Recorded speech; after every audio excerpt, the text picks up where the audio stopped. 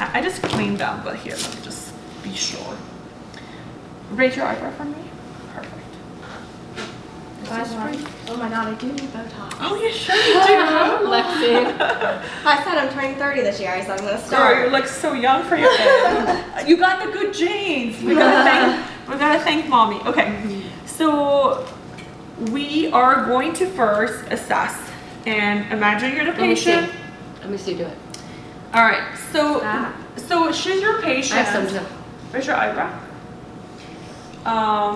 Let's actually come this way. Here, let's sit down here. Here, have a seat here. Let's mark her. Okay. So pretend she's your patient. Okay. And as I said, for the female patient, in order to give them brow lift, you always want to stay medial. You want to stay way lateral. The reason for that is because by relaxing this area, you're going to make your patient heavy, and no female want to have a heavy eyebrow. The other thing, as I said, you have to be mindful 1 centimeter above the eyebrow. I consider that the danger zone, because if you inject her so much there, look what's going to happen. Exactly. And again, some patients, they have a very heavy eyelid to begin with. So by looking at her, she's beautiful. She has a great skin, absolutely, she has a beautiful skin quality. But if you have to assess her eyelid, what do you think as far as her, like the quality of her eyelid is? Compare her to me, and because as I said, age is one thing, but genetic play a main role. As far as my genetic, I'm Iranian. I have large pores. I used to have severe acne. She's a beautiful Caucasian blue eyes. But if you want to compare her eyebrow to mine and her eyes to mine, what's different behind our eyelid? Well, you have more surface area that is open. Exactly. Hers hangs down a little bit more. It's exactly. Like a little droopier. So, and that's kind of like, it's just because what is her genetic? Maybe she got it from her mom, she got it from her dad. So these are the things that I want you to pay attention, that when you're assessing your patient, take your time. There's no rush. And the more you do it, the sooner you're going to catch on these clues that, okay, she's young, but this is right there. If I make this patient heavy, she's going to be very unhappy with you. So the other thing, if you have to have to look at her eyebrows, which one would you say is her dominant side between her right and left? Or her good side, let's say that way. I would say this one. And why would you say, like if you had to guess, and I'm gonna give you the mirror so you can also, why would you say this is her good side? I feel like it has more form, and it is a little bit higher. She has more surface area underneath the brow. Exactly. And then two things that when you're going to explain to your patient. One, you cannot promise people that I'm going to make you symmetrical, because there's no such a thing. Right. When someone's eyebrow is different from right to left, there's so many reasons behind it. One, her muscle right there pulls upward higher. Second, the hair growth is completely different from the other side.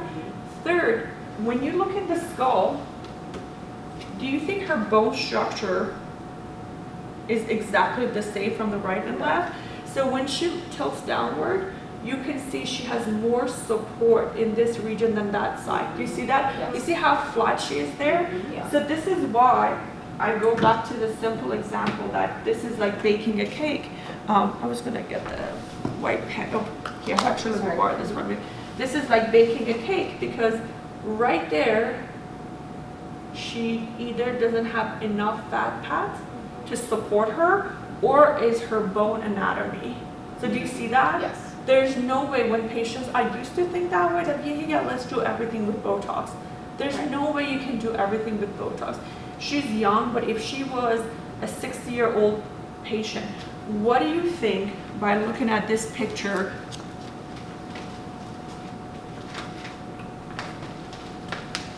Imagine she's my 65-year-old patient from the 25 to 65. What do you think has happened to her deep fat compartment? She doesn't have as much Exactly. as she has on the other side. So therefore, the sagginess would be one, her skin quality, not having enough support, and through menopause, premenopause, what happens to our bone structure? What percentage we lose bone? Yeah. A lot. Forget the Wow. percentage, but yeah. But we're gonna exactly. Yeah. Yeah, it's a lot. So therefore, she would need her toxin. She would need her skin tightening. She would perhaps need at one point a little bit of a frontaloplasty, and surgery is when plastic surgeon, they remove a little bit fat pad from one area and they inject it to the forehead to give that beautiful support. Or Little need surgery? no, just in future. Yeah. And then for her case now will be like, if she wants it, if I'm doing her cheeks, if I'm doing her nasal labial fold, one thing I would do is perhaps I would, transfer the little bit of a filler to to this little insulin syringe, because this is more like a vascular area, and safety is important. Perhaps I would give her a little bit of a support around the temple, or straight to the bone, and give her a little bit of bolus there. But that's more like when you're very you have practice, and exactly.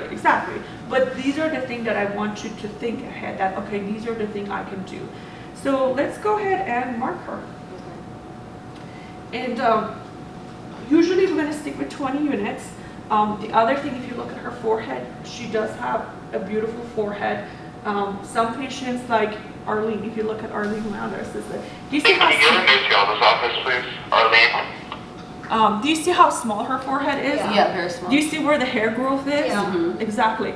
But for her, she just has a beautiful forehead. Mhm. So again, so many variation. Where is the hairline? Right. How tall her forehead is. So when you do your marking, exactly to pick up her eyebrow. You want to put a line here, so go ahead, mark your patient. Like from the eyebrow? Yeah, all the way up. Perfect. Exactly. Same as the other side, exactly like where the pick up her eyebrow is. All right. As I said, this is the danger zone. Do you see that? 1 centimeter above. So what I do for myself, I just make a little line here so I don't mess with anything in that area. The other side, perfect. So, good news is you have few areas that you are safe. Whatever you inject, nothing can go wrong. This is your safe zone. This is your safe zone. This is okay, but this is an area that you have to be super mindful. So when you're injecting your patients, take a look here. This is an area that you want to make sure you go straight to the muscle, because nothing can go wrong. You can put a 5 units of Botox and nothing can go wrong. You can put a 5 units of Botox, nothing can go wrong, because we're so far from the eye. Okay.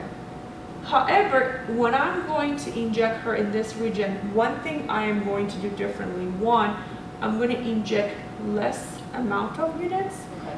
Plus, I'm not going to be intramuscular. I'm going to be intradermal. Okay. That way, I'm injecting her a little bit of a toxin, but I'm not affecting the frontalis muscle, because again, my concern with her be heavy. Mm-hmm. Question? Just something about my eyebrow. Yes. Since I think this one is like higher than Mhm, this one. How would I you do correct like that? a brow lift, Yes, but it's not absolutely. on this side? So probably, because your eyebrow is really high here. Yeah. So one thing I would do is I would inject you more here and perhaps leave that one alone. Okay. Or if this eyebrow was way too heavy, like and she didn't like it, perhaps I would just put 1 unit of Botox there. Okay. Okay? So now we're gonna do something together. So just go ahead and clean her forehead. I am gonna draw some saline.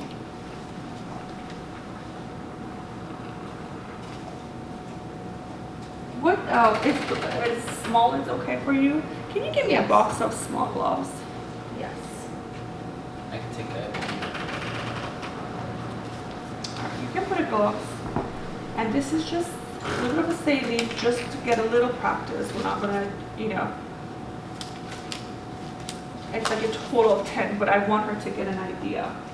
So so how would you feel comfortable holding your needle? Because everybody holds their needle differently, and I'll show you how I like to hold my needles.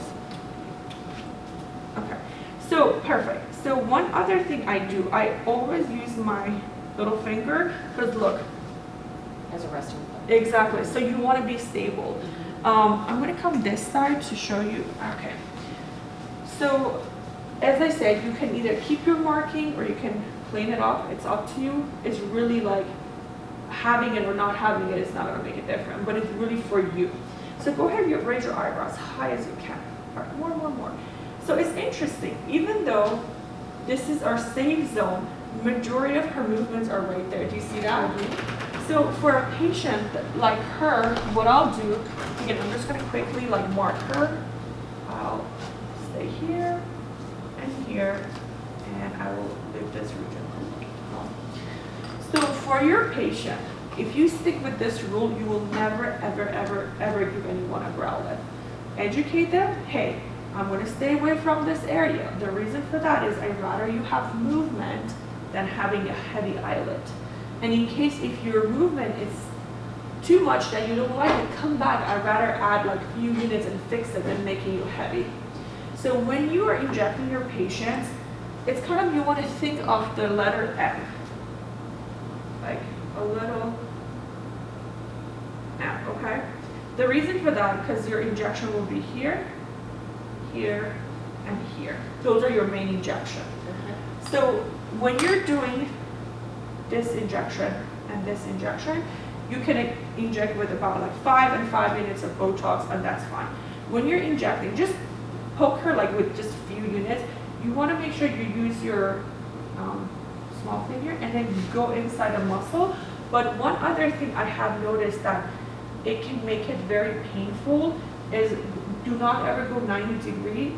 Second, like make sure you, because it's a thin skin, do you see that? You give that area a little bit of a support. Okay, so, and then if you give me a couple of gauze, maybe it would be helpful. And as far So as like your, this? I would say, this for me, always for me, like that. Oh, up, Going up, exactly. And then make sure you are intramuscular, so the angle is that all the way. Yep, perfect. You see, perfect. You're in the muscle. So the only thing for you ladies that you always want to remember when you, if you look at the mirror, right here, like an imaginary M, this is the 2 areas that you can inject them with 5 minutes of toxin and nothing can go wrong. All right, so the next injection will be here. And as we come closer, you want to be mindful as far as like how many units of Botox you're injecting. So if I'm injecting this area, instead of 5 units, I will do about like 3 units, a little bit less. So you're just watching your syringe as you go down. So at the beginning you will, but then when you do it so You kind of know when exactly. you push. Thank Okay. you. Yeah. So same thing, always like remember this little dot, and you want to go from this angle. So always Mhm. up. Up, yeah. And then I will tell you when you're going to change your angle. Okay. And then do you always pinch a little bit? I do, because I'm so one compliment I get from my patients, like, oh my God, this didn't hurt. I don't feel it as much. So plastic surgeon, boom, boom, boom to the skull. When you put some support to the tissue, it's like it doesn't feel as uncomfortable. Right. Yeah, I so a agree. little support. And then you can make sure you're intramuscular, so your angle in the muscle. Perfect, that's it. So now we're done with our M. However, let's check out her movement. Raise your eyebrow. Do you see this line and this line and that line? This is the line that, because it's close to her eyebrow, I'm going to change the angle of my needle, and it's going to be intradermal. Like you're just adding a little bit of a toxin. They call it microtoxin. Just a little bit to Like the surface almost. surface, exactly. Because again, you don't want to make her heavy there. Right. And in the long term, you will see 80% of patients, they're extremely smooth, this part of their forehead. But as we get closer to the eyebrow, everybody almost have movement and lines. Because within like a month, this Botox goes away while they're still frozen there. And this is why I tell my patients, yes, toxins are great, but this is not why we need to do microneedling. This is why we do a little bit of a superficial dermal filler to support the texture of the skin. Fair enough? So now we're good with the frontalis, right? So let's go ahead, just mark her, here I can get that on you. Let's go ahead, mark her for her glabella. And tell me, why would you suggest the units that she needs? Okay, make a front line. So to actually just mark the lines. So, go ahead.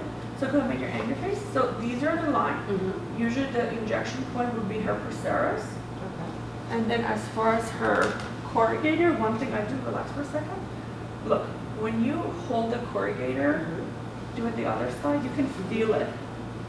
Do you see that? Mm-hmm. So one thing you guys have to be mindful, this is the corrugator. What do you think is below the corrugator muscle? Frontalis muscle. So meaning if you go a little too deep, you're going to hit her frontalis and this can happen. So this is why it's so important when you're doing the glabella or angle line, you have to make sure your angle, you change your angle. Okay. So for the procerus, it's always like a 90 degree. Okay. But then for a corrugator, you hold the muscle, you see that? Mm-hmm. And then again, use your little finger and straight to the corrugator. Okay. And I will tell you if your angle is correct. So if you look at this picture here.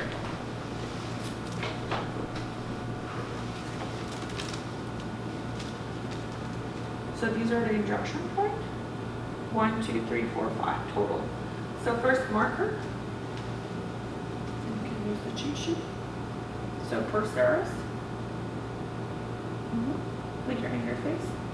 I'm using my left hand. No, that's good. Here, let me hold this for you. Okay. And then her corrugator. Corrugator has a head and a tail.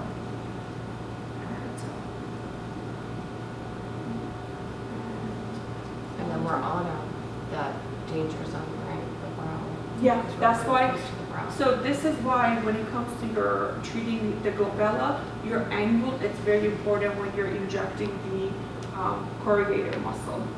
First, if you look at the corrugator muscle, this is your corrugator muscle. Mhm. But below this muscle is your frontalis, meaning if you go straight or 90 degree, you're going to hit the You're gonna hit it. frontalis.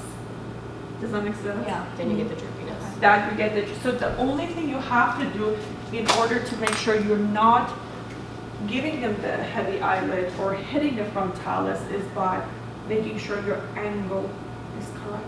Okay. Because there's no, it's like you follow, it's like you think of the dolphin, Mhm. like you gotta go this way. So kind of you're going towards that muscle, not against the muscle. And how many units? Just a few? So for her, we're just getting the feel, but it goes back to severe to moderate. If she, let's say she's a severe patient, I would say 4, 4, 4, 4, 4, 20 units total. So each injection point is 5 units. Mhm. But for your corrugator, what's the simple example? I can use this, take a look here. Your corrugator has a head and a tail. The example they use is like a sperm. The head is bigger, the tail is smaller. So usually, majority of patients, the corrugator muscle, the head is thicker than the tail. Mhm. Does that make sense? Yeah, sure. Yeah. It gets So- thinner as it goes. Exactly. Okay. So evidence-based and a new study shows that, hey, if the tail doesn't have a movement, don't inject it. So, all right, go for it. So procerus is easy. You can just go ahead and do a little poke. Just has to be 90 degree. So just. Yep. This is the only area I go. Easy 90. cheesy. 90. Right. Yep. Make sure you pull the muscle. Beautiful. Little poke. And a few minutes. Perfect. Right. And now, as far as what works for me, and I think I have never messed up any corrugator because I always want to take my time and I'm always like, okay, it's a common sense. What makes sense? I always come from this side and I hold it. Do you see that? Mhm. So that way I'm not guessing. And if for some reason the way it works for me is when I'm doing the other side, I hold it from here and I inject it. So Okay, so try, you stand on that side and do both. see what works for you. Okay. So hold it. Make sure your angle a little bit like more, you're more like, yeah, 30 degree, exactly. I think you're a little bit, do you feel you were in the skin or muscle? Maybe the skin. Yeah, it's okay, go back. Back a little angle. Uh-huh, that's better, yeah, that's much better. Yeah. And then now just try the, This side. just do the toe.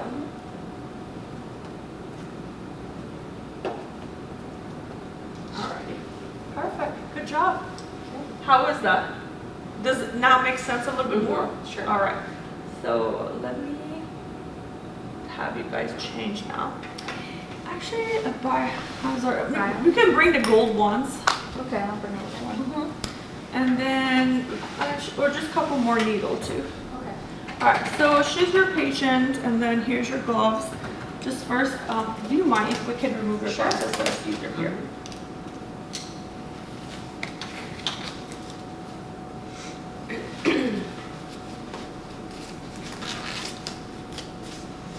And then I think I'm gonna go through the lecture the second we're done with this part. So I think this part they can pause. Oh, okay. Yeah, yeah. No, and then I'm gonna go back to the